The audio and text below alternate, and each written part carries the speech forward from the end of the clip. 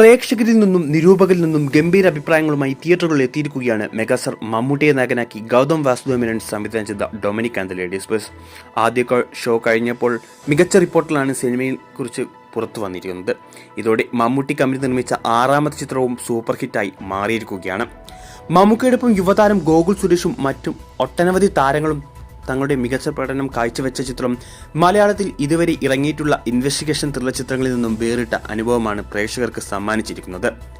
അങ്ങനെ മലയാളത്തിൽ സംവിധാനം ചെയ്ത ആദ്യ സിനിമ തന്നെ സൂപ്പർ ഹിറ്റാക്കി മാറ്റിയിരിക്കുകയാണ് ഗൗതം വാസുദേവൻ.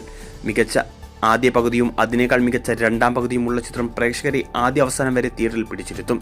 ഗൗതം മേനോൻ തന്റെ സംവിധാനവും താരങ്ങളുടെ പ്രകടനവും മികച്ചതായപ്പോൾ ടെക്നിക്കൽ ഡിപ്പാർട്ട്മെന്റും തങ്ങളുടെ ജോലി ഗംഭീരമാക്കിയിട്ടുണ്ട്. അങ്ങനെ മൊത്തത്തിൽ ഈ വർഷം ഇറങ്ങിയ ചിത്രങ്ങളിൽ ഒരു ഗംഭീര സിനിമയാണ് Dominic and the ladies boys. പതിവ് പോലെ പ്രൊമോഷൻ കുറവായതിനാൽ ആദ്യ ഷോക്ക് വലിയ തിരക്കില്ലായിരുന്നെങ്കിൽ ഇന്ന് വൈകിട്ടോടെ ഡൊമിനിക് കത്തിക്കയറുമെന്ന് ഉറപ്പാണ്. ഇതോടെ ഈ വർഷത്തെ ആദ്യ ചിത്രം എന്ന് തന്നെ ബ്ലോക്ക് ബസ്റ്ററാക്കി ബോക്സ് ഓഫീസിൽ വേട്ട ആരംഭിച്ചിരിക്കുകയാണ് megastar Mammootty. Dominic and the ladies boys കണ്ടവർ നിങ്ങളുടെ അഭിപ്രായം കമന്റ് ചെയ്യൂ.